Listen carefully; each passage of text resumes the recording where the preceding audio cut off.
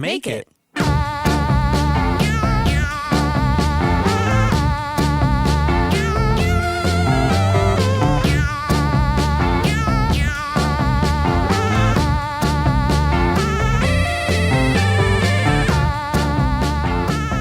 Check, check. Check, check. You should say chick, chick instead. Chick, 1, 2. Check, check. Chick, chick.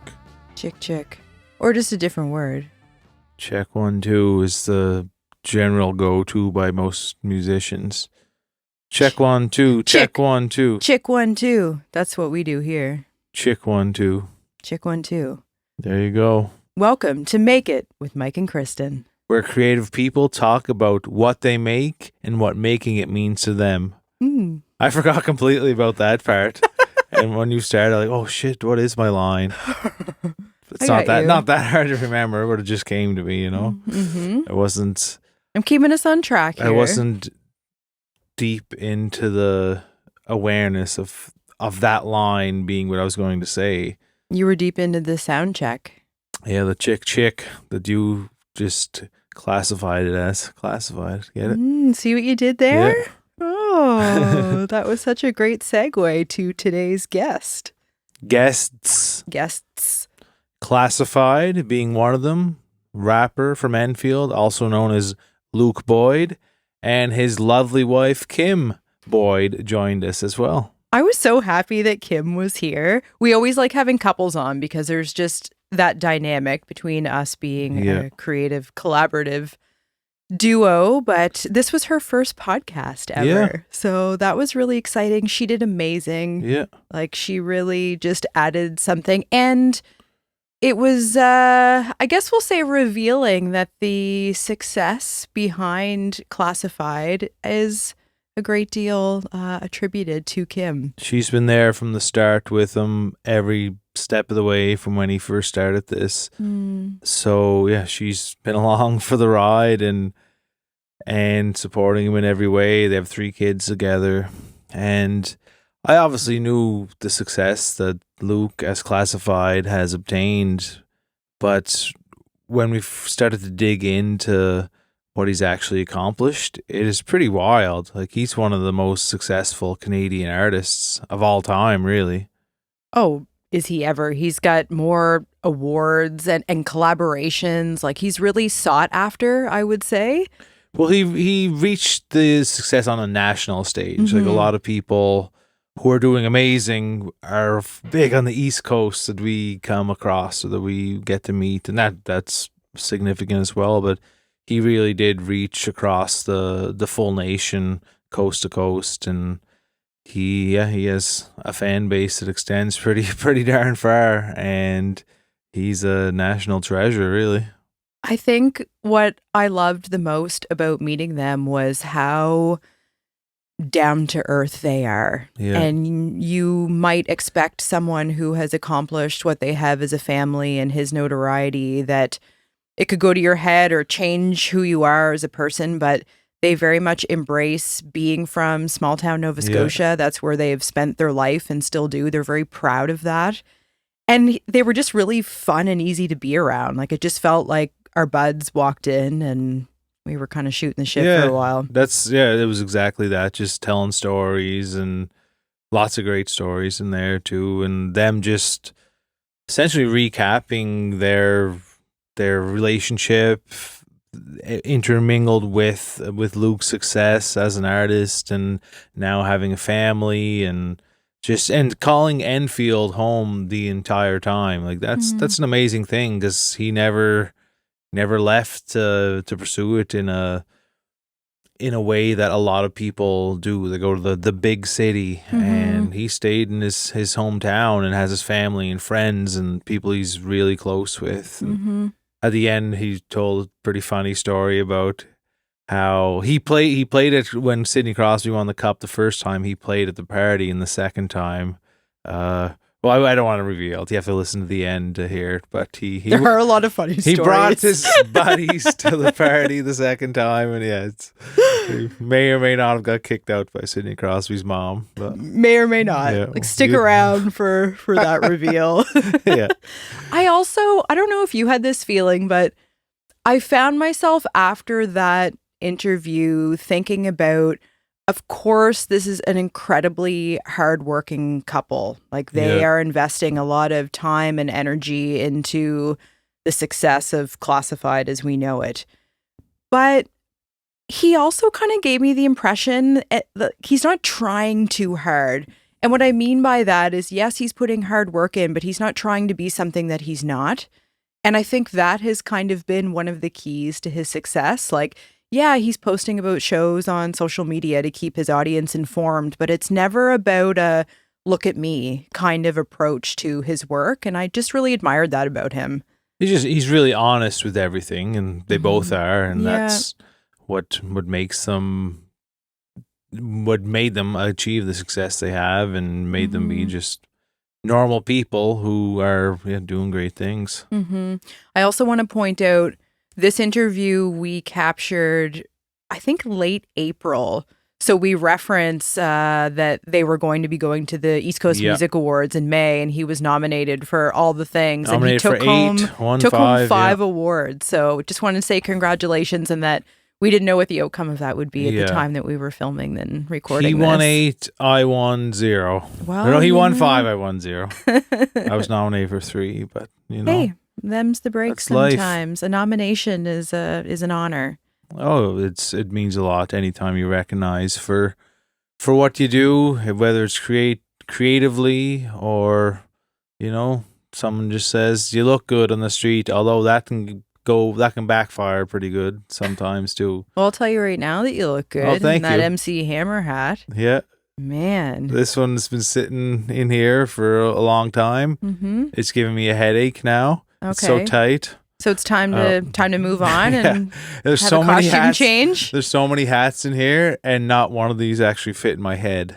I think this is a good opportunity to do a call out. If anybody has an incredibly oversized hat to fit an incredibly oversized brain. Yeah.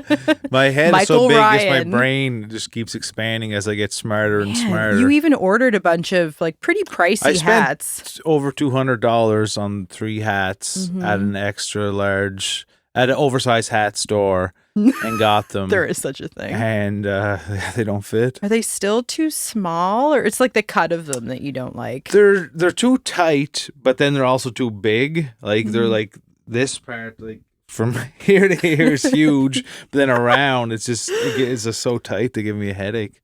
It's like generally in the bill part. So I've never left a review on anything in my life, and I said they were horrible online. Never said anything bad, but I just spent like $250 on 3 hats, and they didn't fit, and basically they're guaranteed to fit, and they said I couldn't return them. So I said, yeah, you can go frig yourself. Thumbs Odd down job for hats, that. thumbs but down. Thumbs up, because I believe that somebody is going to hear this and be like, buddy, do I have a hat for you? And they're going to send me a hat and just going to be a regular fit, like all these ones that people have given me. Maybe we'll take measurements and post the measurements, and then there'll be no more disappointment. I don't know how it got so big. It wasn't always... You swear, because you see like people like you're gonna be like, who's that cartoon baby character? Like, is it Family Guy where it's like the football shaped kid? Like I don't think my head looks that big in like pictures and videos. We have probably 60 hats here, and for none of them to fit, that is a little bit revealing. Yeah, but it's just you see people who take like a lot of steroids and testosterone, their heads get really big. Yeah, but I'm not on that. My head, I guess that's naturally coursing through my veins. So manly. Yeah, that's it. We've discovered it. That's the reason right here. Well, maybe we'll do an episode on that one day. But yeah, well, I should measure it and let people know what the size is. I agree. Just so people are aware. We're gonna solve this issue. They're curious. We're all curious now. Yeah.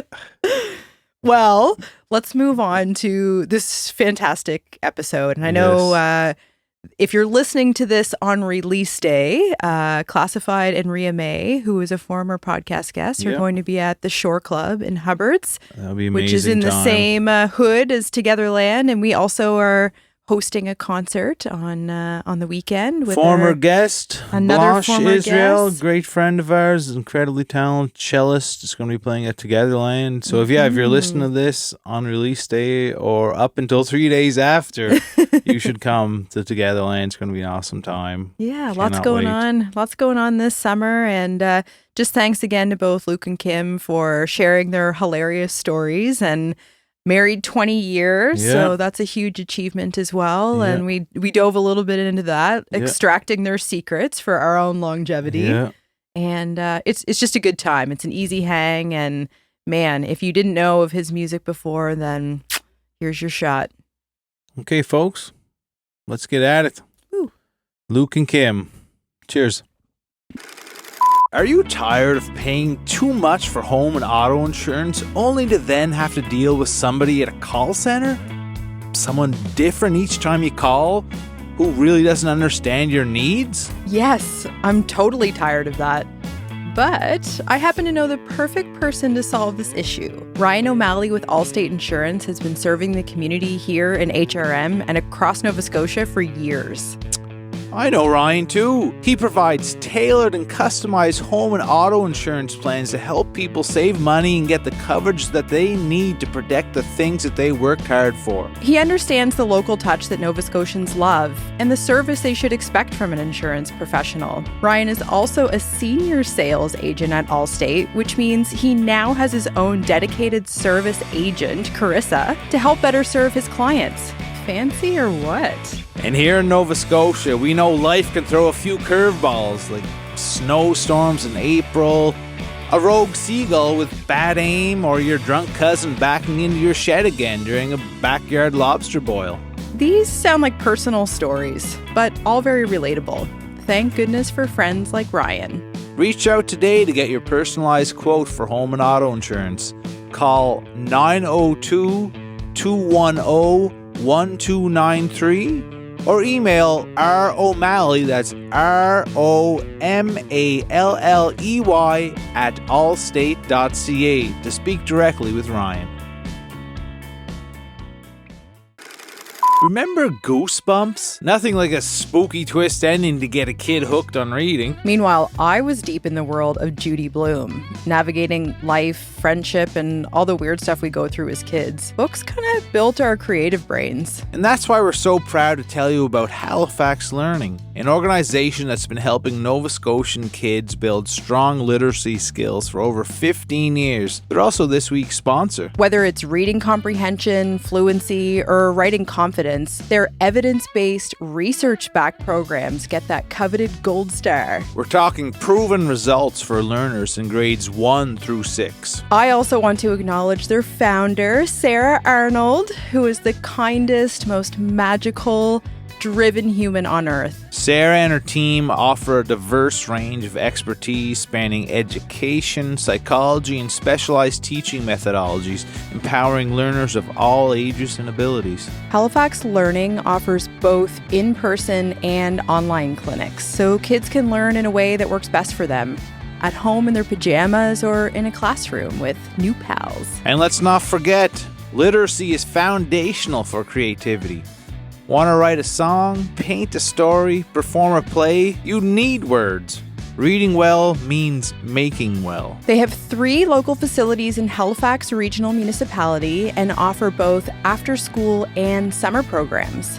Yes, and I know that summer enrollment is happening now. On your journey to make it, this is where it starts. Reading skills unlock everything from self-expression to creative success. Halifax Learning believes every child has the potential to thrive. They're giving families the tools to unlock that potential. If you want your child to grow up loving books, building confidence, and maybe even becoming a future podcast host, /musician/gallery owner, head to halifaxlearning.com. That's HALIFAXLEARNING.com and check it out. Support local learning, support creative futures. Make it That's the way it goes. That's the way. Well, especially podcasting, we've learned that YouTube is actually the #1 streaming platform now for podcasts, which is Makes a sense. Like, visual usually thing. But I know a lot of friends that just get in the car and they'll put it on, but I'm still like sitting down and watching stuff and seeing people's reaction. And stuff, yeah. I get that. What about when you do music videos? What are you using for gear? Like, do you have a team that you go to every time? Always use like the last 5 years. Me and my brother would just shoot videos, and he's got like a legit Sony expensive camera. But even like the last project, we shot so many just shooting vertical now. These vertical reels and everything. Mm-hmm. The most successful stuff on the last album was all shot on an iPhone, vertical. You know, it's just different. I find music videos aren't quite what they were 5-10 years ago. You're kind of doing everything yourself now, aren't you? Pretty much. Yeah. Just especially with the content, like, you know, always made the records by myself, producing them, record it.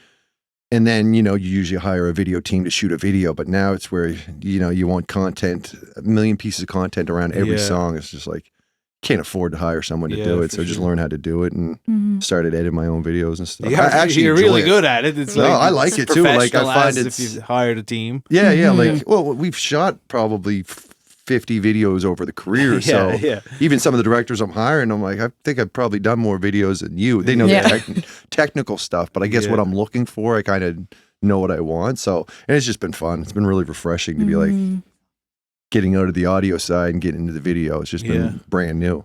I think the liking it part is actually the most challenging for a lot of us content creators because, there's this bittersweet relationship with social media. Yeah. And like it can be fun and you can really genuinely be connecting with people, but when it starts to feel necessary, it kind of takes the joy out of it's almost, I'm more of a social media creator than a musician now. Yeah. Like the album I'll work on for a year, but then I'm shooting video content for 2. Like I'm almost doing more of the content around, like I didn't get into music to shoot video content. You did it to help push the music.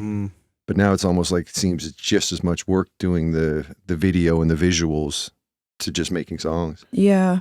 Are you jumping in on this stuff too, Kim? Like, are you behind the scenes, like holding the anti-glare?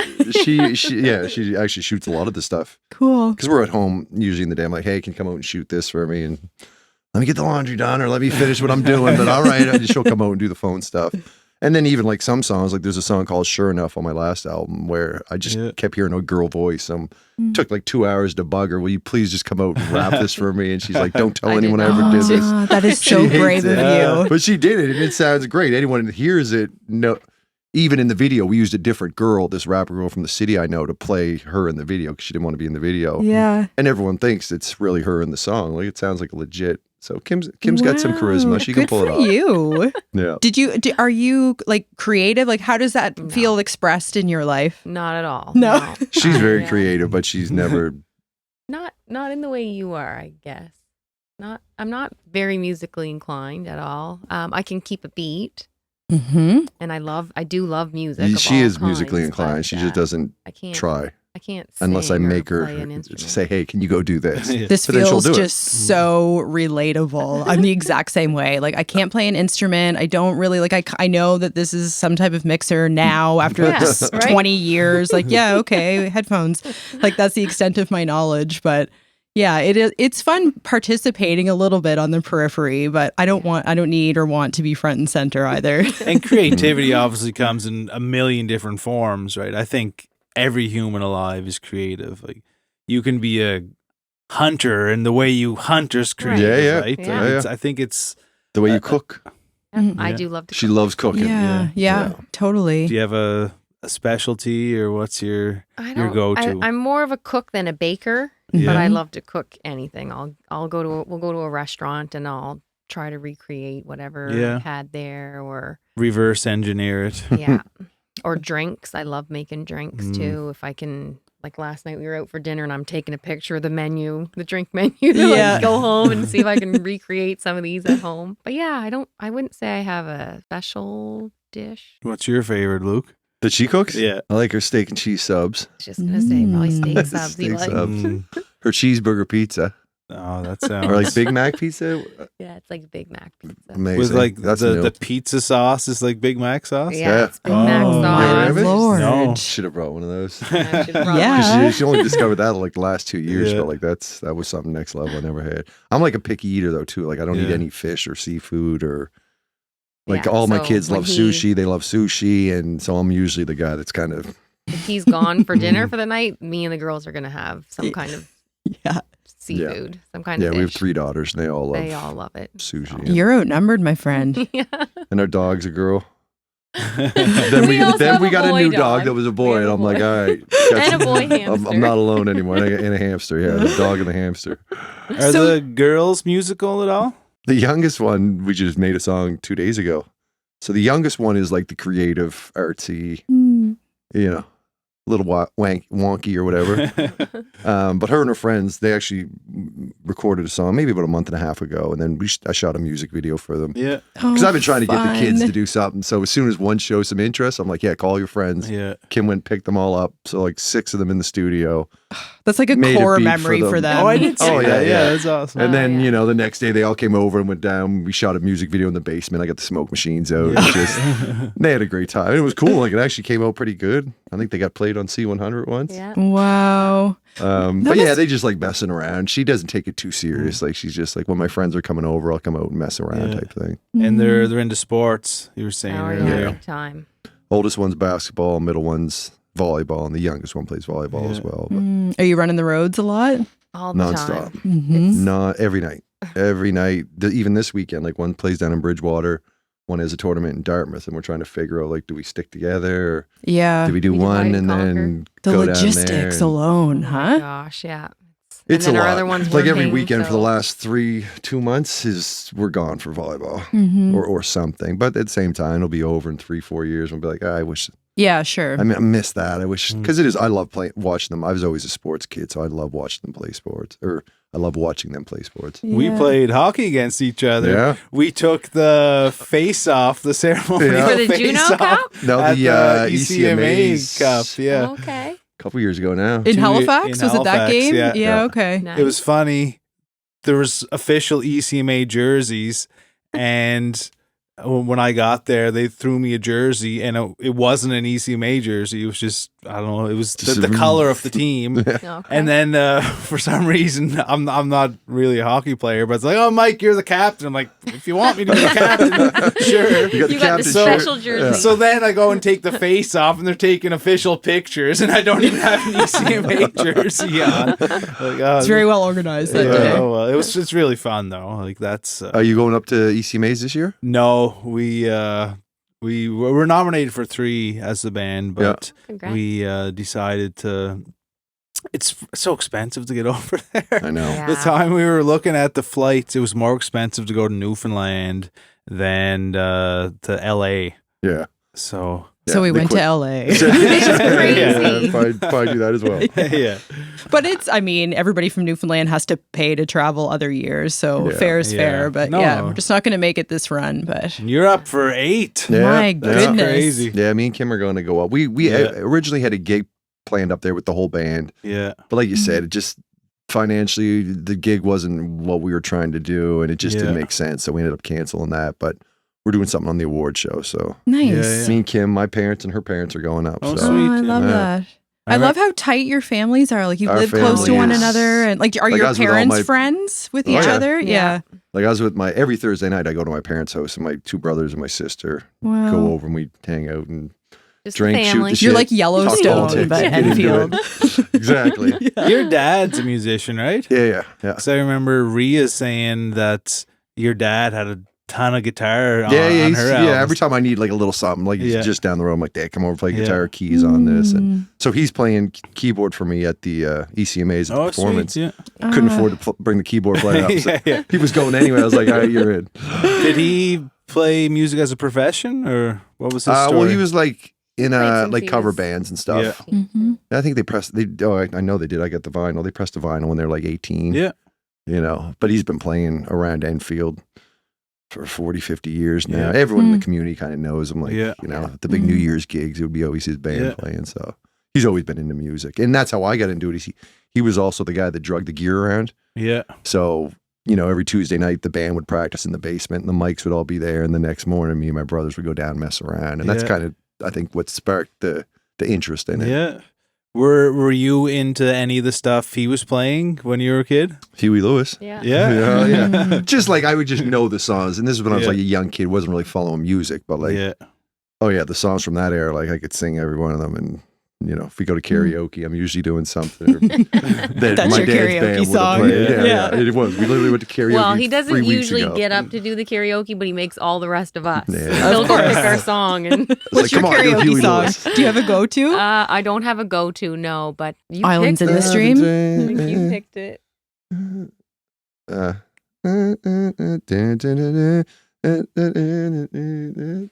gotta get to the chorus. If this is it, please, Huey Lewis. Huey Lewis, eh? Oh, yeah. Love it. Yeah. So you guys have spent a lifetime essentially in Enfield. Have you ever been tempted or considered moving elsewhere, or was it just a knowing that this is where you belong? We both moved into Halifax when we were like right out of high school. When I did Compy College for a year, she did as well. And then was working downtown at the Maritime Center till I was like 21, 22.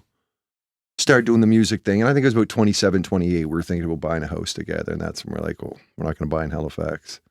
And our family was all out there. So made sense. And our friends, like a lot of my friends I grew up with since, you know, grade 2, grade 3 are still out there. Still the same guys I hang out with. So. Yeah. Yeah. The whole moving to Toronto and Montreal, New York and all that, or LA. People have asked me and like management, and it came up a few times, but it was always like, I'm not moving, like leaving. I'm just too close with my friends and family to be. He's a big homebody. Yeah.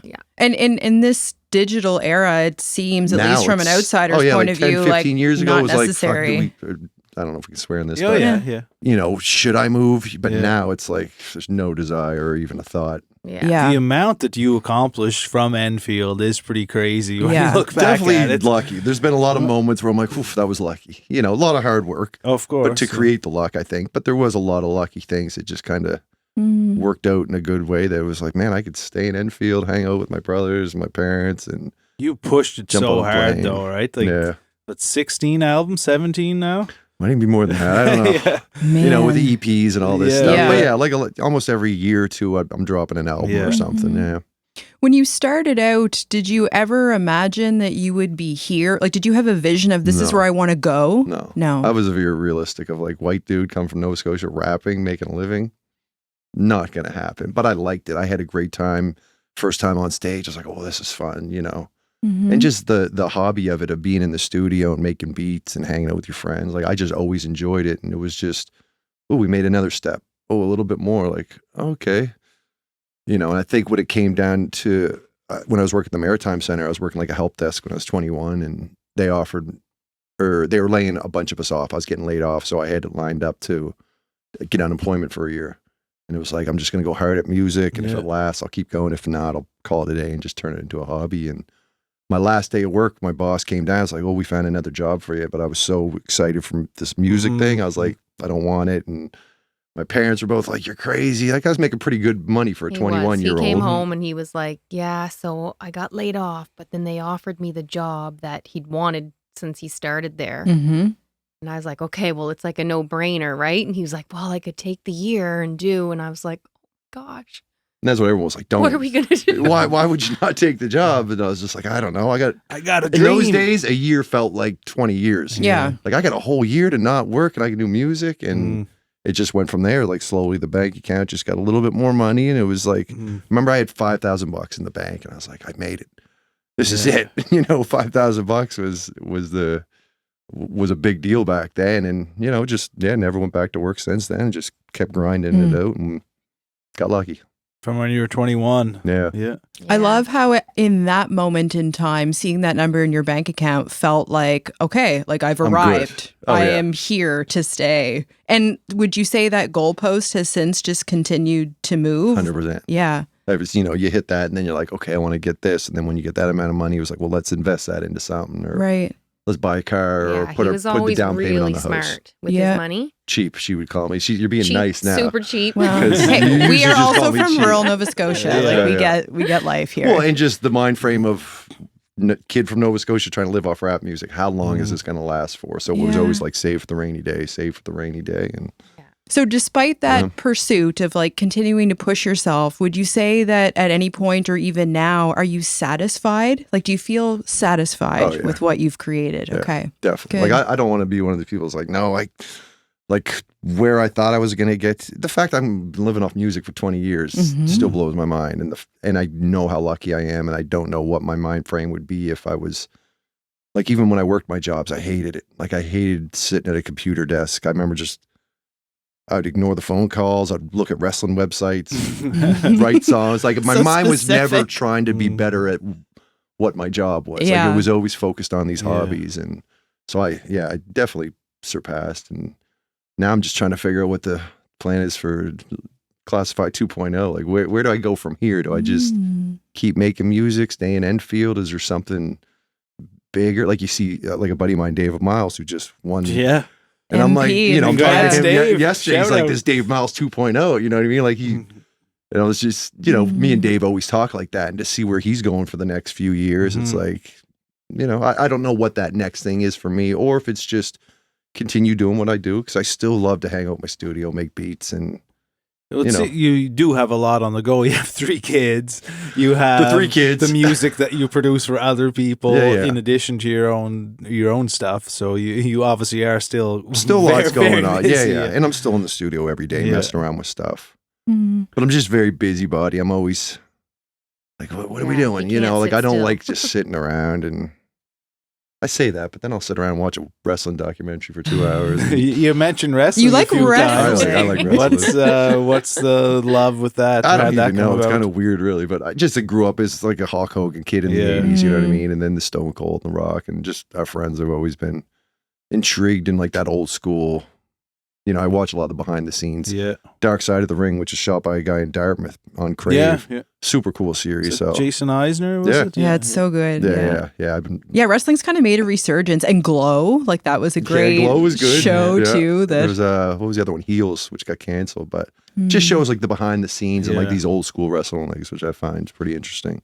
It's crazy what they do to their bodies. Like you think of even musicians like on stage and some like James Brown, we were saying, but like wrestlers are just like, even being on tour, you know how hard it is to do 5 nights in a row, but imagine you were jumping off a thing and waking up like, I got to do this again tonight for 50 people at the church. Like, you got to love it. Yeah. Kim, what's it been like with like touring, like with Luke being away a lot? Like, has that been something? I remember I asked this because in the early days when Mike and I first started dating, like he was away a lot more than he is now. I think he's a bit less willing to sleep on floors and that his back's a little worse. Yes, I have a hotel room myself. Right. Not going. Like I kind of got used to him being away for 5-6 weeks at a time. And you go through that ebb and flow and transition. And, now we spend a lot more time together and our life is just different and we've grown and so on. But like, what has that kind of evolution been like for you? It's kind of probably a lot of like what you're saying. He did travel. I don't know if he traveled more. I never traveled a lot. Like I think a lot of people think I was touring a lot. Between 4 and 6 weeks a year, all at once. He'd be gone for either a month or a month and a half. Yeah. Maybe not even a year. Maybe once every 2 years, really. The big tour. I think it was every year. Once in a blue moon, maybe. Yeah. Then festivals, weekend festivals. We're only gone for like a day or two. Yeah. But I'd only ever do one big tour a year, maybe every 2 years, where it was like, okay, I'm gone for October. Right. But we had our first baby. She was born in 2008, and he got an offer to go on tour with one of your bands that you really like. D12 and Joe Budden and Royce 5'9", big artists from the States. Taylor was born on October 1st and the tour started November 2nd. And that was like the shit. And she was the one that convinced me to go. She was like, go. Like, we got family around. I was like, good. Just go. Like, when are you going to be able to do this again? Like, you love these artists. Like, this might never happen again. And we're really close to both of our parents, and my mom and dad were just living in Lance, like 2 little communities over at the time. So I actually picked up Taylor. Me and Taylor went and stayed at mom and dad's house for basically the month. And Mm-hmm. Kim's always been very supportive. Like she's never, I don't think I've ever got a show or a tour and she's like, do you got to go? Don't go. Like she's never been that. Yeah, there has to be that haggish. I don't know understanding. what This it's is called. the She's job. always like, no, do Absolutely. what you got to do. Well, even and- when we were young back in the day, living in Halifax, and so he got his unemployment, and he's on unemployment, and Getting you the know he's EI. grinding it. And he's got Living like Pogey train. yeah, and he's got like this little. We're living in a 2-bedroom apartment, and he's got the second bedroom done up in like egg crates, and he's got his little microphone. With his little microphone, so cute, right? It's like, look, go get him, Luke. But I remember he came home one day and he was like, "Yeah, so I got an offer. He had a show. They offered him a show. I can't even remember what bar it was. I don't know what so this long is ago. It was one of the bars in Halifax. And they'd offered him one show a month for the whole year. He'd get paid $1,000. And I thought we hit the jackpot. I was like, you got it. Like, you're going to take it, right? Mm-hmm. He was like, no, I don't think I'm going to take it because if I take it, then people will know that Classified's just playing every month. They could come and see me. I can't make it this Friday, but I'll go see him next Friday. Yeah. So I would just rather play once a year and draw big. And I'm thinking, oh my gosh, Luke, like we're broke and poor. You know, we're just like poor, broke university students that are out of college. Like just, anyways, try to do what you got to do, Luke. But I think you're making the wrong decision. Again, I also thought he was making the wrong decision when he didn't take the job offer when he got laid off. But He had the long-term vision. he does. Yeah, just Eye don't on the take your wife's prize. He advice. really does, yeah. So, and then my moral dad, here. Yeah, we that's were the moral. engaged, and my dad said, "So, Luke, like, if the music thing doesn't work out, like, what's your plan B? What are you gonna do?" And Luke was like, "There's no plan B. Like, I just, like, again, like, eyes on the prize." And I was like, God, don't say that to my dad. Like, here's my dad, like a military dad, and I'm like, that's not what he wants to Your hear. dad's a Luke, military dad, but he doesn't act like it. no, He's very loose. he's man. pretty laid Yeah, back. he's pretty Yeah, chill. but still, I'm like, you just don't say that to my dad. Yeah. So you Give him were something. laser focused from an early age then. Mm. Yeah.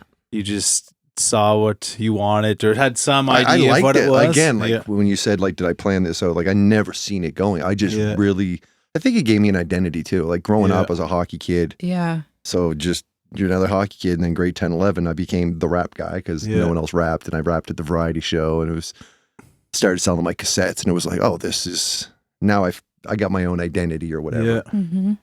And then just, again, like still being like 47, like I still will go to this, like yesterday, we had nothing to do. I'm going to go to the studio, turn on the beat machine, cut up a drum beat, play bass. Like I still have fun like the same way when I was 16 making music. And I'm sure you feel the same way of like Yeah. doing music for that long, but it's almost now back to the hobby vibe. Like it's not like I got to put out an album this year. We need to sell. I need to make money. Like it's kind of like we've invested our money, pretty comfortable there. So it's almost like back to being a hobby, but you probably know how it feels once you make a song, you're so happy about, excited about, you're like, okay, I got to shoot stuff now. I want to go in. We got to, treat it like a real album again. But Yeah. It's hard to, once you get in the zone of working on a song, to half-ass it. yeah, you have to go I feel like all as soon as out. I go in, I'm like, we're doing everything. We got to shoot. We're going to promote it. We're going to, but that was never the plan. It was like, I just Yeah. want to make a couple songs. And then you get excited about it. It's like, Well, that's because you still love it. yeah. Well, and I want people to hear it. Yeah. Like that's motivating to me when I know people are hearing the music and they're getting something out of it. It's like, that makes me want to go back and make more. And I've realized that over the years, like that is a motivating thing to know that people are listening. And that feeling you're describing is still the same as when you first started doing it, eh? That's pretty amazing because a lot of people after X amount of years, they lose that, and that's when their life changes and they're like, I'm not a musician anymore. I gotta figure out the second act, but you still have that. It comes and love goes. there. There is Yeah. those times where I'm like, I don't want to make stuff, but then it's like, no, I want to get back in there. So Hey, Kristen, do you know what's awesome? Theme parks, cotton candy. Well, yeah, but I was going to say saving money. Saving money is awesome. Well, the sponsor of this week's podcast episode, Ryan O'Malley with Allstate Insurance, can help you save money with home and auto insurance. That sounds fantastic, but I don't like dealing with call centers and talking to like 30 different people. That's the amazing thing with Ryan. You don't have your deal with the call center, you get to speak with someone local living in Cole Harbour who knows our area, our weather, our vehicles, and our housing needs. Ooh, I love the sound of this. And with the money we will save through bundling our insurance with Ryan, you can take me to a theme park and buy me cotton candy. We can buy anything you want with all the money we'll save. I'm sold. Sign me up. How can I get in touch with Allstate Insurance? Well, you can call Ryan O'Malley at 902-210-1293 or email romalley@allstate.ca. And he's been a fantastic supporter of local arts in our podcast, so we really give the thumbs up to Ryan. Thank you, Ryan, for helping Nova Scotians save money while protecting the things that matter to us. Well, and so often when you experience success, especially at the level that you have, I mean, as far as the music industry goes in Canada, like you're in the upper echelon in every capacity, and that can come with some, I don't know, responsibility or like, oh, well, because I'm here, I have to stay here. And it adds a different pressure to the creativity. Yeah. But to be able to kind of stay in this lane of, no, I'm still enjoying this and I still like puttering around. Not Like, I feeling think I that's gotta rare. Go to LA or New York and work with and I think that's what gave my music identity. Like when I first signed with was it Sony or Universal? One of them, they just mentioned like, hey, we'd like to set you up with producers and blah, blah, blah, blah. And I'm like, you guys signed me off of what I've been doing. I make these records by myself. And that's why they sound like they do. It doesn't sound like the hottest producers in LA because it's not. It's me and Enfield. And like that is the identity of my music. And I think if I went and worked with, you know, the industry, quote unquote, I don't think it would be as authentic as what it is now. And it would take away why my music is appreciated, I think. Isn't that neat how sometimes our limitations can craft a 100%. sound and that becomes what you're known for? Yeah. Even when I first started playing with the Town Heroes and we're playing as a duo, it's like we have to write songs a certain way because it's always going to be one guitar and the drums and vocals. And so I'm going to be playing in a certain tuning. I'm going to try to make it sound big, and I would have never stumbled upon that sound if that wasn't what we were forced into. If you had like 20 other players and you're like, oh, I could do this and do that. And I've even noticed that with sampling now, because like with sampling, you could take an old song and then split it into like the bass line, the drums, just because with the technology. But when you only have access to that 2-track and you have to sample or cut it from that, like you just do things that you wouldn't do if you had the access to all the other stuff. And definitely realizing that over the years, having those limitations. Even when we were saying having 1,000 plugins, it's just like I try to just use 2 or 3 plugins now because I'd be sitting there for months just going, how about this sound? Next sound. And I was spending so much time trying to find these things rather than focusing on the song and the music. So, and sometimes those little decisions you're toiling over, no one else in the world is going to think about the it snare or drum notice needs a little bit more high end. And like no one cares. Oh, I'll play her he'll stuff. show me songs. Like, And you he's like this which or one this? do you like she's better? Like, and I'm they like, sound exactly the same. what's different? And he has to keep playing them Oh, back and I know. back and forth. And he's like, it's this. And then he'll like kind of make a hand Like the gesture. shaker's going like this, or the shaker's going like this. She's like, I guess. I mean, pick whichever. They both sound great. I like the vibe. You know? Yeah. This vibe sounds good. And that's ultimately a good song is a good song no matter what, right? Yeah. Like you could hear someone playing it on a phone recording or whatever, and it's people are going to still like it. It feels good. If something that's resonates. Well, with even people. something like that, like I found like back in the day, Start More, it was all about quality. Like I need the eggshells on my room. I need the, you know, like in the studio, we got the booth. I mean, like I don't record in the booth anymore. I don't care if the recording's that good. Like I find that it's just record it. Like don't spend so much time trying to get the perfect sound. It's just record what you can, and then, you know. And the part of that is there's some natural and realness to it when you do it that way. Like you can perfect it, you can get it so fine tuned. But sometimes you take a little bit of life out of it when you do that. Oh, I remember I used to take a blanket and cover my computer up because the hiss from the computer going. I'd be jacking off. It's like it's got to be completely silent. You know what I mean? Now I don't care at all. I've never covered the computer in years now. So, what is it about the genre of rap music that you were attracted to? Is it the culture? Is it the pace? Is it the storytelling? I think it was just the honesty and the fact you can rap about anything was the original thing. Yeah. Originally, when I was a kid, I think it was probably just the bad words and the edgy attitude. I'm like, oh, well, this is badass. Like, what is this? You know? But getting older and just even listening to songs, like I feel like rap is one of the only genres you can write a song about anything and it doesn't come off too weird. Like I find certain songs, if you sing about a topic, it feels like you're making a commercial or it just doesn't feel. But with rap, you can do a song about the Eiffel Tower. You can do a song about like, I don't know. I just felt it was like more, and it's just so raw. Like there's, which I find I'm not very good at being deep, as in like, you know, like a lot of songwriting, it's metaphors and Kim's things. like, But like with raw rap, I just feel like I can say exactly what I want. It doesn't have to be like, it's just how I talk is how I rap. And was that the music that you were listening to, like growing up on the 90s? Like after me, Huey that Lewis. era. After Huey Lewis. Well, even like, and my friends, like I remember listening to Kiss and like, you know, grade 3, grade 4, we were doing lip sync contests. So we did like Kiss one year, we did Motley Crue one year. So we were always messing around like stuff like that. And then, one of my friends, who was actually one of my best men at our wedding, when he moved out from Dartmouth, the big city of Dartmouth, to Enfield, he brought a bunch of rap tapes and started showing us those, and that's kind of how I got into it. Poster of Tupac in my bedroom when I was like 16 or 17, and I went to the big city of Halifax for my birthday that year and like a bunch of friends, we'd rented a hotel room. I insisted that I brought this Tupac poster and hung it in the hotel room. So, because I really Couldn't feel sleep like, without it.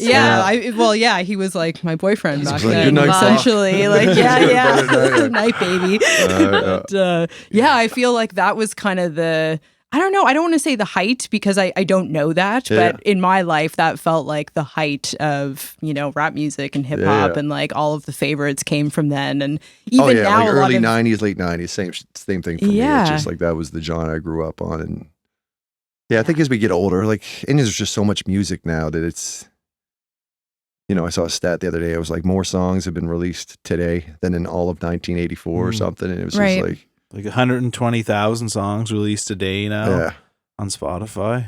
And it's crazy. And it's just, I get it because it's so easy to make music now compared to 10, 15 years ago. Like you used to have to go to a studio or buy a 4-track or whatever it was.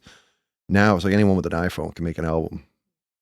So there's so much more music which is out there. Every human being essentially. Exactly. Every human being has a studio now. Do you call yourself a singer? No. Okay. I do sing sometimes. It's not very good, but David Miles says I can sing, but I'm not confident enough. I would believe we trust David. We trust David Miles. No, everyone trusts Dave. That's why he won. That's why he won. Frederick didn't trust him. In 20 years, you two are married. Oh, yeah. That's wild. 3 weeks ago. High five. Yeah. Yes. Congratulations. It feels like Thank you. an achievement these days, really. Yeah. Yeah. So tell us when you met. You want to tell us? You don't want to tell? I'll tell you. Just paint me in a good light. I was in grade 10. She was in grade 9. She just moved from North Bay to Enfield. We went on a date, me and her and another buddy of mine, their friend, like a double date. Talked on the phone a few times, and then she just stopped answering my call. Is that a good light? I think she thought I was too nerdy. Like I was still that kid that was Friday night. I would be in my room messing with my 4-track, making beats. He was pretty nerdy. All my friends, their friends would be out getting drunk, partying. His parents like to go out a lot. Yeah. And he would be their babysitter. I'd be the older. all the time. My Like brothers are younger than me, so I'd babysit they could them. rely on Luke to stay home. But I was like good at not going out to parties. Like I just didn't liquor. Like I get drunk I don't even know if I was drunk, but I drank 14 or 15. I was just like, this is like nail polish. Like it was disgusting to me. So I never had no desire to be like, let's go get drunk on the weekend. So I'd always be just messing around with my music and doing stuff like that. So I think she thought I was too nerdy, and she was like, I don't want to date this square. Yeah, I was pretty loud. I was pretty obnoxious as a teenager. And if there was a party going on, we were going to be there. And yeah. So and then- when did Little things immature, I guess. change? So Something that was changed. like 3-4 years later. She was working at the Attic downtown Halifax. Okay. Then we were Yeah. both living in Halifax. We knew each other from high school, but Just bump into each other. Didn't know each other. Actually, there was but another we story were- between that. She had a house party after this didn't work out. Oh, here we go. And me and my boy, well, again, we didn't drink, so we went to the house party. Everyone's drinking. We just raided her kitchen and took her fruit roll up. And the she had to gushers. get her brother to come over, who's like one of my best friends now, Chris, and is like, had to kick us out of the party. So we were all like, fuck that bitch, Kim Bland thinks she's so fucking cool. Kim at her sees you parties." guys eating all the gushers and fruit roll-ups. You're not allowed to stay. Yeah, we got kicked out. And then, so 3 years later, we met at the Attic. She was working the front door. And me and some boys were just going up there, and I saw her, and we just started talking. I just stayed and talked to her all night. And then we went out for pizza that I night. said, why your friends are over there like dancing and having a good time? Like he pulled up a chair and sat right beside me all night. And I think I got off work at 2, but the venue didn't close until 3. So we went dancing for about an hour.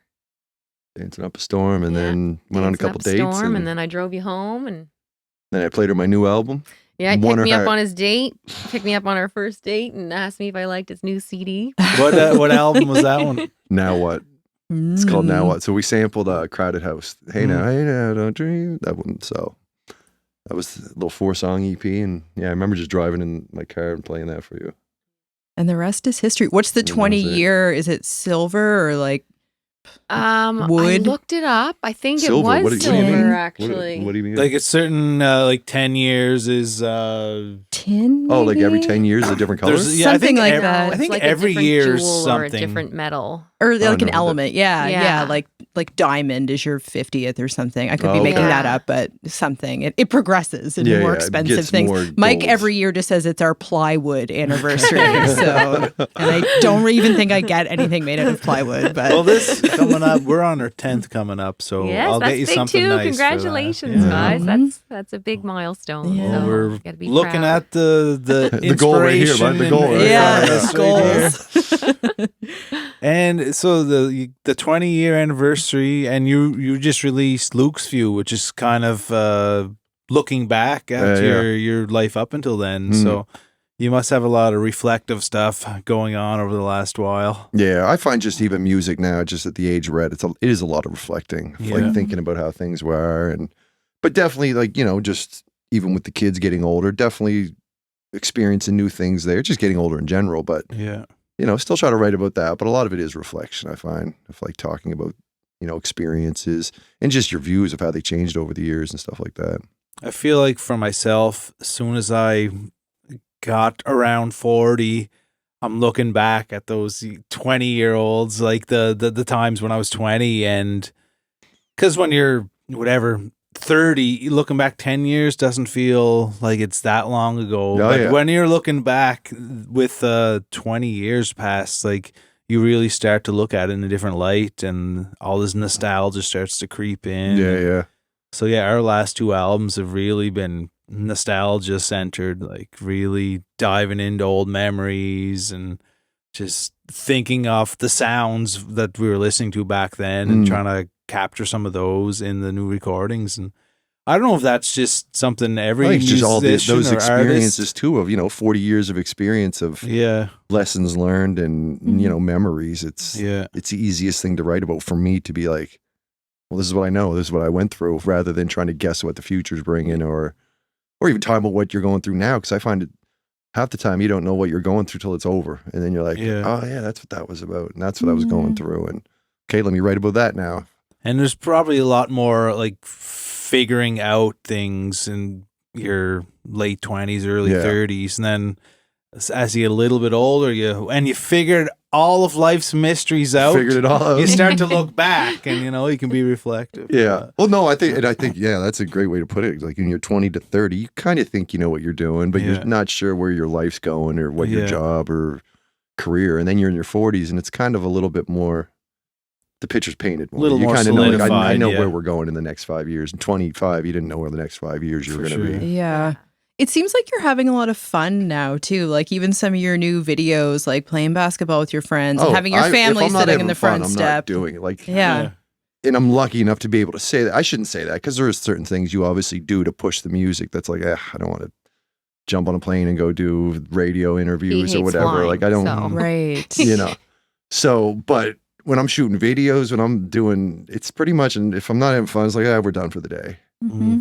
You know, not to say, I guess I'm kind of wording that weird because like the basketball video you're talking about, that should have been one of my funnest days because it was all my boys. I was directing this video, but I was directing the thing and starring in it. So it was the most busy, it was the hardest video I ever shot because I'm sitting there trying to set up a shot and then trying to get in it. And there's 40 extras, you know, so it was a hard day, but at the same time, it was a lot of fun because it's all my boys joking around. And then when we get to see it all, the footage together, like we all came over to the studio, 20 of us in there, drinking and smoking, laughing at the moments. And, you know, like those are just memories that are just great memories. Even though the video came out cool, it's like, I love that I can go back and watch that in 10, 20 years and be like, that day, those guys, day. Haven't seen him in a while, you know. Yeah. Is I Jordan love that Croucher video. in that one too? Oh, yeah. I went to Saint of X when and Oh, yeah. he was just so finishing. good. Oh man, Yeah. He's I So think he just got good. beat, but he was the all-time 3-point leader. Yeah, he Oh, For no Saint Effects for way. like 20 years. I think it just got beat like a couple years ago. I remember seeing him do a 360 dunk in a game. And Really? He's not that tall. No, he can't Like- do that now. I'm sure he's still good. we play it at my Yeah. house every Monday night. So he comes out usually when he's home because he's home every couple weeks from Toronto. He's good, but I haven't seen him dunk. But I'm going to ask him. I was like, I heard you can 360 dunk. I saw him do it. Yeah. Oh, he can ball though. He's a shooter Folklore. though. I've seen him shoot, and he can do it. He didn't let loose in the video though. Couple things. He was there doing his dribble thing. But again, like Jordan, I've been working with Jordan off and on for like 20 years. He's one of my favorite people to work with because his energy, his excitement. Like we'll go into the studio next week and it feels the same as when we went 20 years ago. He's like, let's do this. And he's jumping around the room and it's like that energy is infectious. So like people like that, I love working with and being around. And it just inspires you to 100%. just keep going. Keep the energy. Well, even Maestro Fresh West, who's older than me, he's been doing this since the 80s. Yeah. He's the same way. Like he'll come to the studio and he's, Classy, what are we doing? And he just like, and I'm just like, okay, man, settle down. Let's get it going. But like that energy makes you excited to make music, and you see the reaction when you change a drum or do something, and it's like, okay, we're creating something here Like together. a childlike wonder almost. Yeah. Is that a prerequisite for working with other artists? Like, be it a collaboration or somebody that you're producing, is like you want to have an energy match? 100%. Yeah. I don't. I've gone to the studio with some people, and it's like 2 hours, and no one's saying no. I'm like, yeah, we're good. Like, I just try to get out of it, honestly. Like, I'm just. Yeah. Oh, I think the kids got volleyball. I forgot all about it, but you heard it here. Yeah. So if you heard that excuse, it means I didn't have fun in the studio with you. But like, any artist, I'll work with artists because I don't know them until I get to know them. But anyone that I bring back and want to keep working with, it's someone that I'm like having a good time hanging out with. Yeah. Like all these artists I work with, like we'll hang out when we're not working. So if I don't do that, it doesn't seem to go over. I just find artists that I can work with like that. The music's better because you're not just trying to get something done and get out of the room. You're sitting there having a good time with some friends and makes better music, I think. Yeah, sure. How did the connection with David come to be? Because you're coming from two very different stylistic backgrounds. Yeah. It was at It was ECMAs, wasn't it? ECMAs, or it might have been Music Nova Scotia. It was one of the conferences, and we were somewhere like 3 a.m, after end of the night type thing. Was it down at the White Point Beach Lodge? Oh yeah. Remember they used to go down there and have them down there? They should start doing that. Those were fun. But I was down at the ping pong table 3 a.m. He showed up. So you want to play ping pong? We started chatting, and he did the horns on "O Canada." That was the first thing we ever did. Okay. Yeah. I knew he played horn. I asked him to do that, and then we just slowly started kind of working together. And another guy that is like a 2-year-old kid in a candy store in the studio.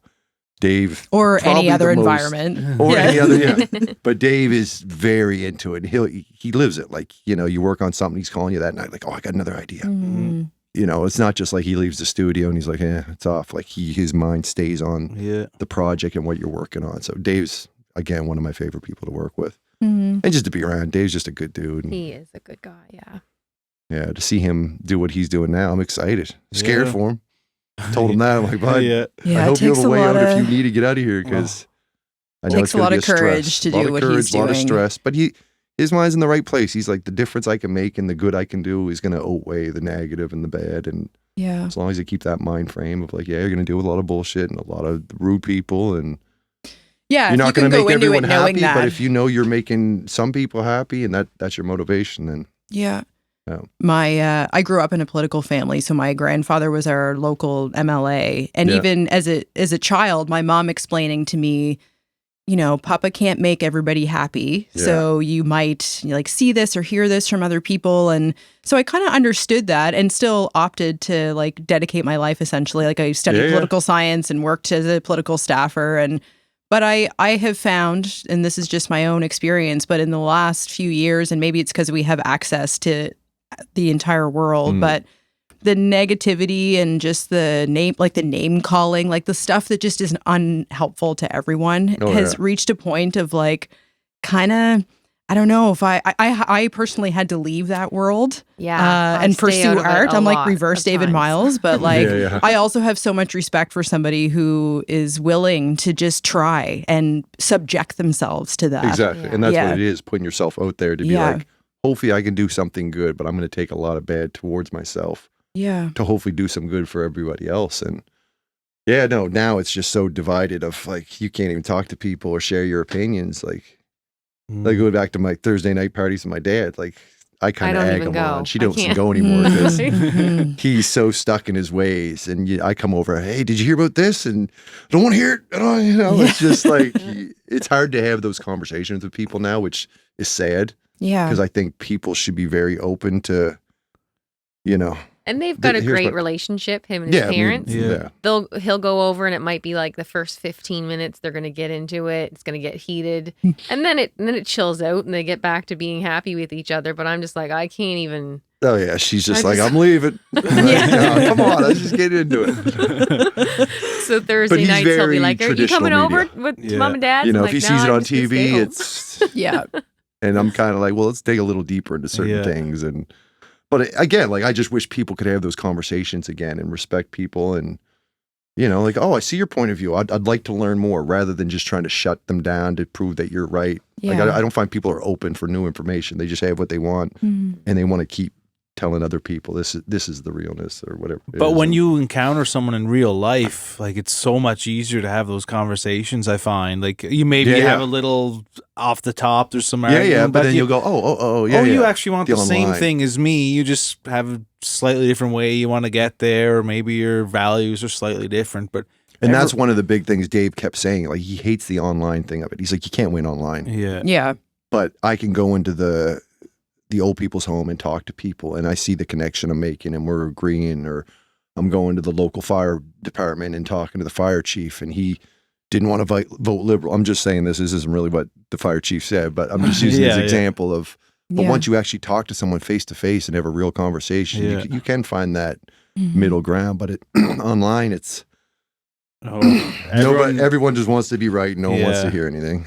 How do you feel about that when it comes to performance? Do you like a smaller, more intimate audience, or do you get like a different kind of fuel from? Yeah, I like both. Like, we did an acoustic tour for the first time, like in 2022, and that was for like 300 people a night. Everybody sitting down, me in a stool with my drum machine, my keyboard player, and guitar player, and it was super cool because it's just so focused on lyrics.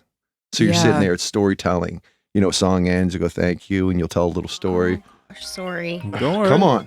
Put them on the mic. Put them on speaker. Yes, mother. I'll just text her. That's all good. Just messed up my thought now. Sorry. The acoustic shows. Stuff. But then the other side of the shows is like, hey, let's go. And everyone's standing and jumping. And that energy is hard to ever match, because you come out there and you just feel it. And, you know, you got all your boys, we're all on stage drinking. It's just like a party. And it's the same type of show we've been doing since we were 19. Like, you know, the show changes, but that energy is still, like, when I get on stage, I feel like I'm still 19 years old. You get up there and you start going, you're like, so there is something I like about both of them. I like the intimacy and the attention to lyrics. But the energy at like the full DJ, full band show, everyone jamming, is hard to match. Yeah. So. Can you tell us, for our listeners who might not be familiar with this story, can you tell us the story of the woman who reached out to you and couldn't make your show? She had VIP tickets and asked if her husband could take them. That was on the last tour. Yeah. So just someone sent me an Instagram DM, just said, I don't want to mess the story up. I'm going to make sure I get it right. She had tickets for the show, or VIP tickets for the show, but she was going through cancer treatment and she didn't have the energy to be able to make the show. And she wanted to know if she'd give it to her husband. So we switched over, made the switch. And then when we do Inner Ninja, usually I'll pull someone out of the crowd that I can tell knows all the lyrics, and I'll just let them rap the second verse. So I pulled some guy out, we started rapping it, killed it. And then after that, instead of them just getting the crowd, I usually get them to stage dive. We'll throw on like some friggin' Offspring, like some old 90s rock Nirvana or something. And then he came to the VIP afterwards, and then I realized this was the husband. And we just had this really, like, I get goosebumps talking about it, but like just a really cool moment of me and this guy just had this moment. And then he's like, yeah, I'm the husband of my wife who has cancer. And it was just like, oh shit, like small world. You know what I mean? Like there's 1,000 people at this show, and I picked this one guy out whose wife just messaged me to switch his ticket for him. And yeah, it felt like a divine moment, really. And I think sometimes that's the privilege of being the artist sometimes, is like seeing those emotional connections. And this just added a whole other layer of, like, as you said, of all the people in the audience, that was the one that you handpicked. Oh yeah, when he told me, I was like, oh my, like we had it on video when it happened. And yeah, those moments are like the magical moments of music of, just meeting people. And, someone says, man, this song, I had one guy that was, told me he was on his way to the train tracks to kill himself, like completely just put it out there. I didn't want to live no more.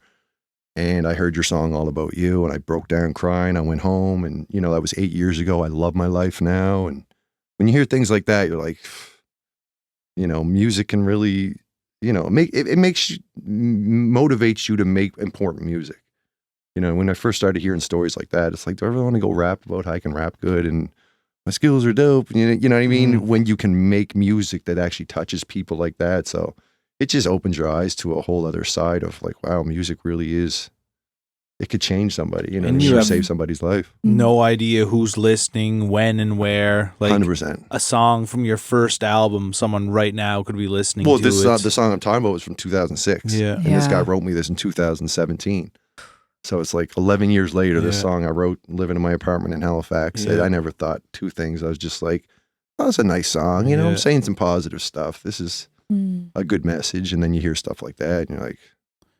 Is it something that you think about? Like, do you both have a spiritual practice or a connection that you feel like songs are channeled through you, or that you make a point to sort of connect with maybe a higher power when you're writing? Like, is that even a factor? Not really. Like, I am a religious person. Like, we believe in God, we pray, and we try to go to church, but it doesn't work out very well. We show up on Christmas.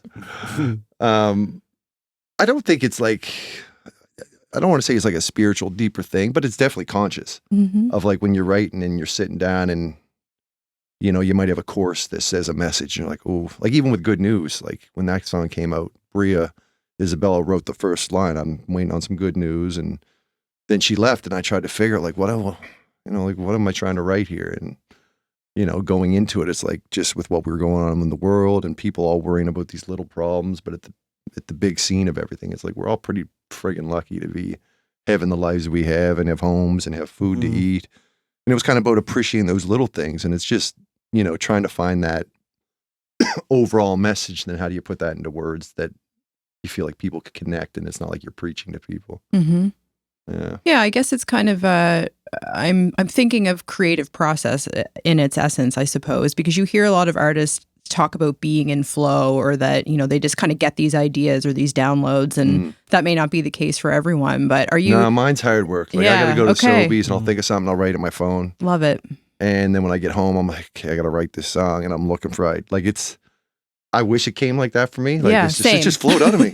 It's like, no, I really got to dwell on it. And I'm going in the house, she's cooking dinner and asking me something. I'm not even listening to her because my mind's like, I'm just trying to figure this thing out. And so it is hard work for me. Like, it's not just, but I think in turn, that's what's made me be able to do it for this long. If it just came easy. Like, I have a lot of friends that rap, better rappers than me, and they don't try, even my brother. Like, I feel like my brother has always been a better rapper than me. but he doesn't have to try. And it's kind of not went anywhere because it was just like, hey, go to the studio, I can rap, I'll do it when I need to. Mm-hmm. Is freestyling something that you ever do? Yeah, I used to do it a lot. Yeah. Like just anytime me and the boys hang out, it'd be like, that was our hobby. It was like, freestyle, we'd battle each other. Yeah. But like now, a lot of my friends that I originally came up with, they don't rap. You know, they don't kind of have that same excitement. Mm-hmm. So it doesn't happen as When much. you see someone, like you see online videos, there's a few guys who are really good at it. Harry Mack. Yeah. Yeah. When you see those guys in action, that's as impressive as anything you'll ever see. Oh yeah. Like when they say, okay, you say a phrase, and they do it. Yeah. Oh, yeah. Like, that is talent. It man. is, and he's really good. Like he can do some stuff, but I kind of understand how it works, so it doesn't impress me as I find as some as other people, because it's like, okay, I know how you get to that line. Yeah, Mm. yeah. Because you saw that and you're like, let me just think of this first, and then. But there are guys that are next level. Like I could never do what that Harry Mack guy does. Yeah. There's another guy back in the day named Juice, who battled Eminem back in the day. But Yeah. guys like that, supernatural, they can go for days and not slip a beat. Like if I'm going, I'm going to slip here and there. Yeah. So yeah, it's definitely a talent. Yeah, it's like Next comedians level. too. Like they can It's like a just pick comedian someone off in the the front cuff. row and Yeah. Just start Right. going. Crowd work. yeah. Knowing where you both started and, you know, feeling like, oh, I think you should have taken that job, and, you know, having the uncertainty that you did about where your future would take you. This might sound like a strange question, but do you like being famous? Yeah. Yeah. Okay. Yeah, I'm not a guy that's like, oh, I don't like. I Yeah. worked to get here. Yeah, good. So like, I appreciate when someone's like, Mm. and I guess I should say, because I'm not like at a famous where I can't go to the grocery store and someone's going to come up and be like, and act stupid, and it gets all weird. Like usually, if people Go to the recognize Sobeys me- out here. I know. but usually people will just come up, oh, class, man, love your music, cool, shake Yeah. your hand. Yeah. You know, once in a while, like last night we went to the Globetrotters and you were out getting a drink or something, so you didn't see this, but this lady walked by and I kind of recognized, she's like, class, oh my God, my kids. The two kids are like 7. They don't know fucking him. She's like, it's classified. They're like, get a picture with them. And I'm just standing there in a group and I'm like, that was a little awkward, but most time people are pretty just Mhm. respectful and they just say, hey man, appreciate your music. And, Good. and there's lots of bonuses too. Like, you know, like going to the Globetrotters, they offered us a box last night. Yeah. So, you know, there's good perks and there's a couple negatives, but nothing, you know, we've had a few people show up at our house. That was kind of weird. Like Yeah. just, But- you know, a drunk dude be like, Les, and, you know, Yeah, how a would you mother talk that- about that, Kim? Like, Yeah, because this is very I didn't different from love grade that. 9. Well, neither of us love that. Like, Yeah, that was- sure. We had at our first house that we lived at in Enfield, we had a 16-year-old boy came to the door. It was lunchtime. Taylor would have been not even a year old, and he was like, does Classified live here? And I was like, yeah. And I kind of closed the door and I was like, Luke, somebody here to see you. And by the time Luke got to the front door, his mom had gotten out of the car. His mom was a bigger fan than she yeah. was. Okay. I didn't know what story this She, was. like, Yeah, I remember sent that. her Freaked kid. out. Sent Oh yeah, her kid. and they had traveled from like Saskatoon or something by car, Yeah. They were just like on an East Coast tour. And They they're were like, let's go here to for Enfield. I don't know how a they got our address. wedding or something like that. But they were like, we knew you lived in Enfield, and we knocked on asked every around. door. Yeah, we asked around. I'm like, well, 48 who did you houses. ask around to? And she did say that they went to The post the office. post office, and the post office said, no, we can't tell you where he lives. Because it's a but- small town. Like, we know everybody that works at the Yeah. post office. Yeah. Like, I go in there all the time. Hey, Luke, you know, so. Barbara. So, like, someone came for your address again. I was like, don't tell them, please. So I don't know if they told him what car he drove, but they somehow hunted us down. And I remember we closed the door, like talked to them for, I don't know, 10 or 15 minutes and closed the door. And we were in works of building our house that we live in now. And I remember we both kind of looked at each other like, yeah, it's time to move. Because where we live now, it's still in Enfield, but it's It's off a the lot main road. It's a further little off. bit out. Mhm. What's Like, we the had a lady address? show up. No. Two. A lady showed up maybe like 4 or 5 years ago with her 2 kids, and she was not right in the head. Like, gave me this letter of just deep God, Jesus talk all over the place. Like, and like the kids just looked rough. Like, he was just like, this is not a good situation. And she put her car in the ditch on the road over beside ours, trying to find my house. Was waiting for the cops to come, and she's just going to houses. And She was waiting for the tow truck to come. yeah, it was just so situations like that I'm not a fan of.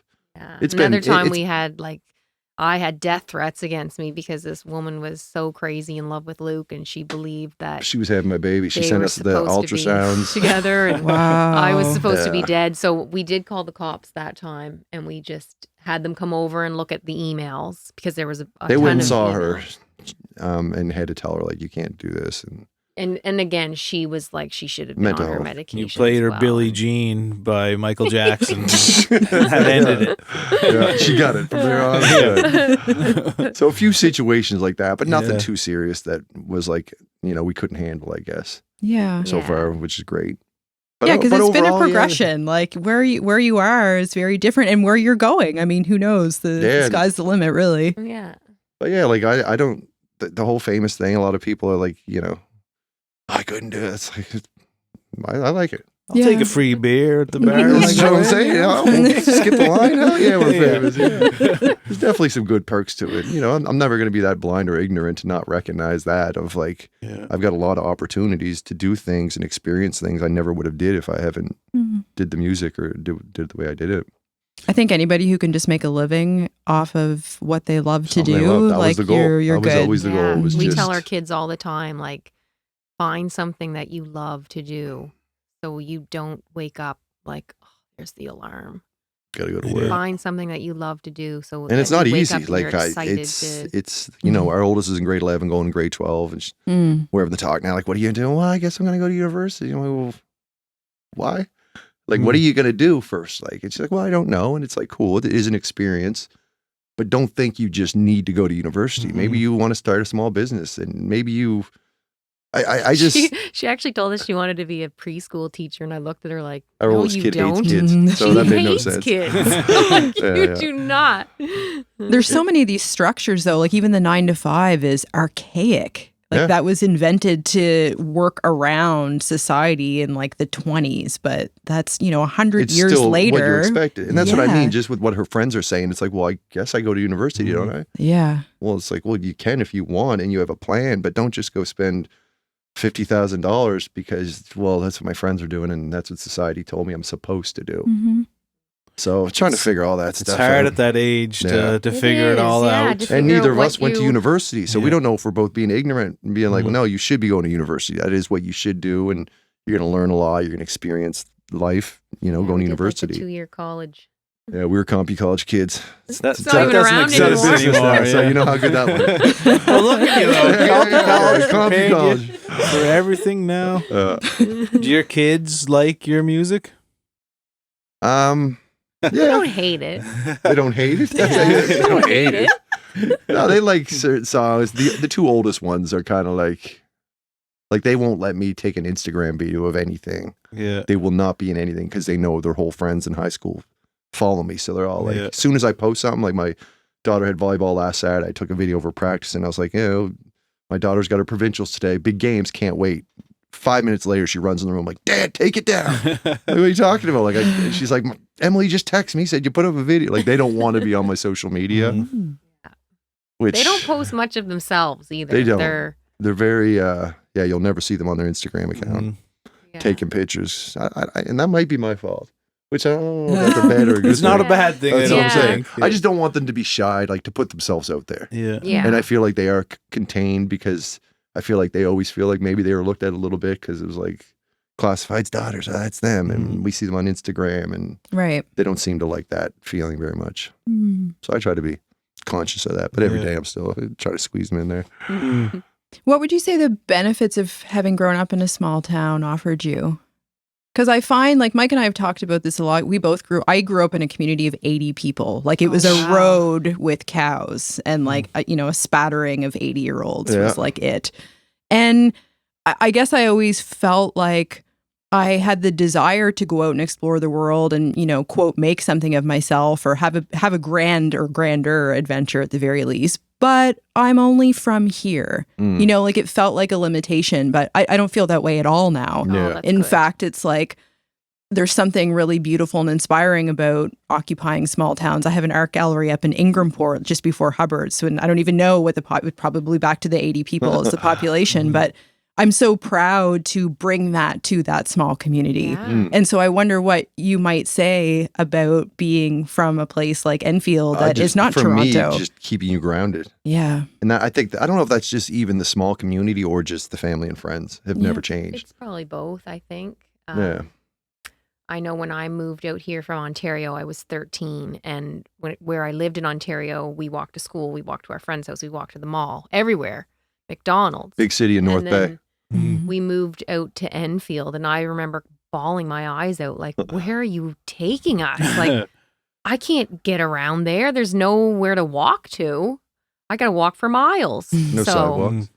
Anyways, over the years, and we still live in that area, I say to my parents all the time, like, I know I gave you guys such shit growing up, and I'm so sorry because I really appreciate where we live, and I love the small town community and that small town vibe. It's growing a lot more now, Enfield is, but I like where we live, and I like that everyone's still so tight and close. It keeps you in check too, I think. Like, I can't act a certain way and go home and people are like, what the fuck, I saw you on that interview. What are you talking about? Like, people will call me out, and we don't hang out with like that. Well, that's why though. Yeah. I was gonna say, like, I don't think I just anyone's learned at ever a young said that age to you. I can never try to front or try to be something I'm not, because like, I don't hang out with yes men. I don't, like, everybody, they're dying to take their shots at me. Like, that's the kind of friendships we had. We all take our shots at each other. So I think just, my parents, my brothers, my sister, like, all of them are very,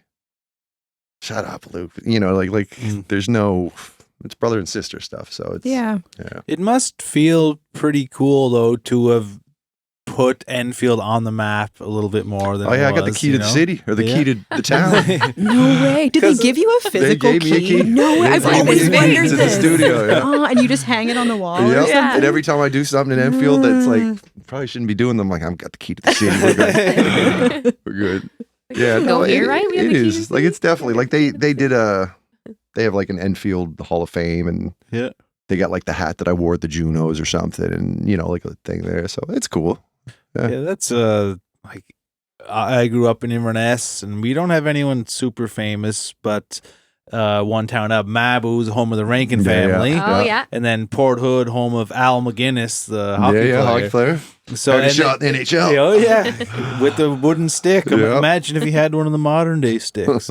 But when you drove through those towns, you'd see those signs. Yeah. Welcome to Mabu, home of the Rankin family. Well, even now Uniac, home of Buck 65. You got the sign up there. Yeah. But that's you did that for Enfield, and anytime I hear Enfield, that I think of you. Just you're synonymous with it.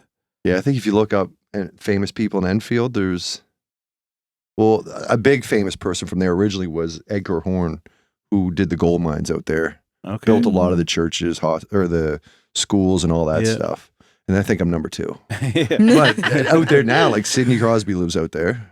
Nathan McKinnon, he's selling his house, but I think he still lives out there. Like, they're 5 minutes down the road, you know, when they're home. Yeah. Which is very slim time, but she's growing. She's growing. Do you know those fellas? Yeah, the 2 times Crosby won the cup. The first time they hired us to play, like, the party. So sweet.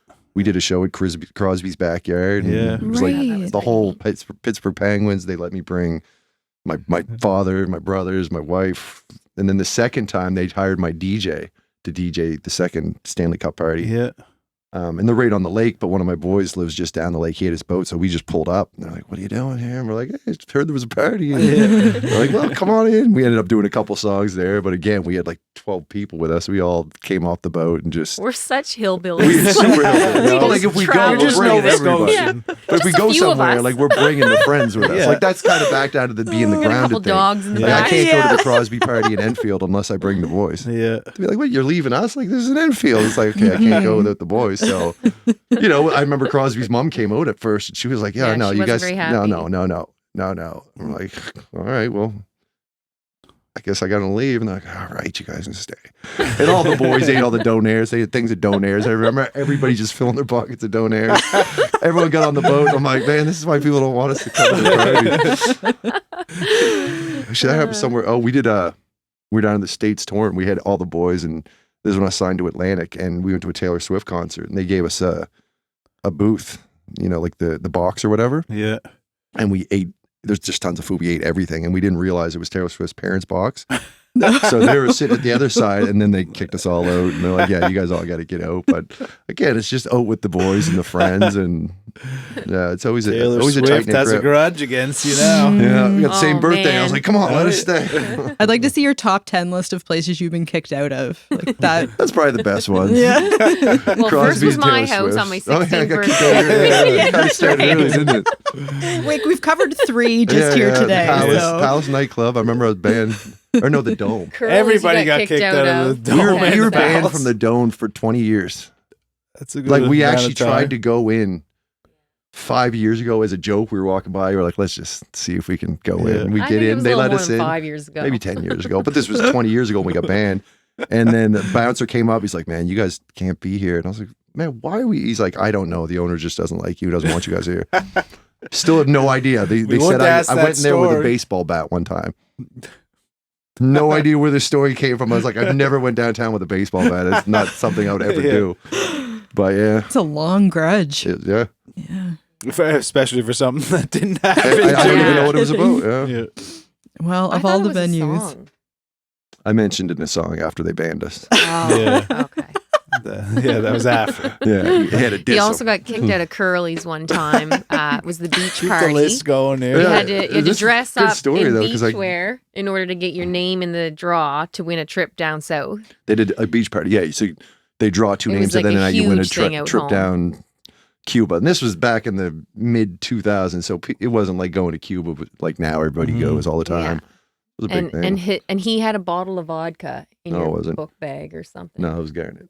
Garnet We had were a smoking weed in the bathroom. Oh, It's in a song, Kim. It's all but in the his song. name got picked. And then I got And he picked to was win the already trip. kicked out to the curb, and I parking was lot, like, No. Kim's losing it. Like, I was like, you had a chance to go win a trip. And I remember trying to like, well, he's not here, but can I just take his spot? They were like, no. That's a tough it's in one. a song called "It's Sickening." The whole song is about that, or the one verse is about that. I love that. Yeah, so we've been banned from stuff, but not doing anything, just doing stupid stuff. Just Yeah. life. Nothing Shenanigans. harmful or mean Yeah. or anything. Yeah. Yeah. Not trying to hurt anybody. No. Just trying to smoke some weed in the bathroom. Mhm. In the old days, you used to be able to get away with that stuff.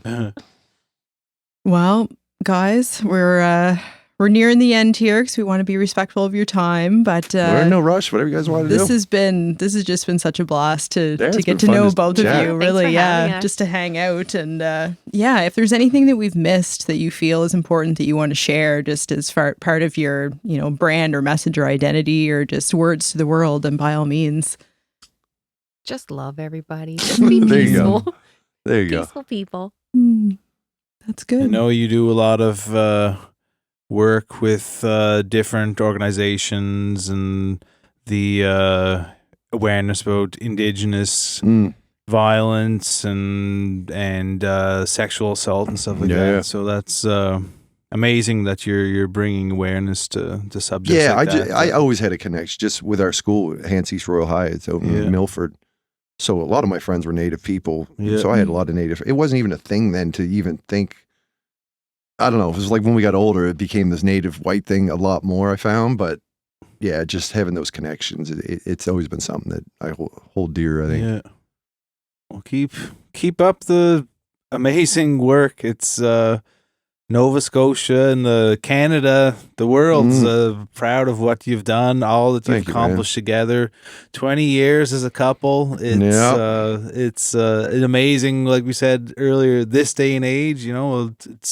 That's a lot. Like during COVID, Yeah, a lot get of through stuff, COVID. Yeah, fell no, I've apart. been lucky. A lot of people always say, "Oh, you're lucky to have classified." It's like, no, I always say, if I never had the support of her coming up and Yeah. to be able to go on the road and not worried about like, oh, my wife or my girlfriend's pissed. And like I toured with a lot of guys who constantly were on the phone on the road. And I'm sure you probably did too, dealing with women problems. And I'm like, and they could never No, focus on the. that's not true. I mean, before you. But like, I see how hard it was for them to concentrate on their career, their music, and like to wake up every day when they're constantly battling with their partner. And, I was lucky to not ever have to deal with that because she's been super supportive. So thank you. Mhm. You're welcome. That's very sweet. Yeah, thanks so much, guys. We appreciate all that you do and look forward to the next chapter of Classified and we'll see you on Luke the ice and Kim. too. Yeah. Yeah. He's Oh, like- and congrats on your nominations too. Thank you. Good yeah. luck. Yeah, We- and likewise, eight yeah. nominations. Yeah. Well, I don't know if we're against. Are you in for video? Yep. Oh, we're against each other. Oh. Is that was the voting one, Then. right? Yeah.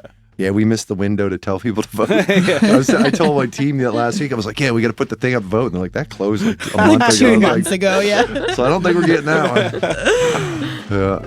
But no, yeah, if you win it, I'll go accept it for you. Yeah. It's like, yeah, it's my good buddy. I got it. Oh, that's great. Well, it was such a pleasure to meet both of you, really. This has been a lot of fun. Yeah, And thanks for having me. be in touch anytime. And we're just really excited and proud to have you on the show. Thank you. Cheers, everyone. Cheers, fellas. Make It with Mike and Kristen is recorded and produced by Michael S. Ryan at Hot Jupiter Sounds. Intro and outro music by me as well. Cover art by Emily Rankin at Take Note Graphic Design and photography by Candace Moore.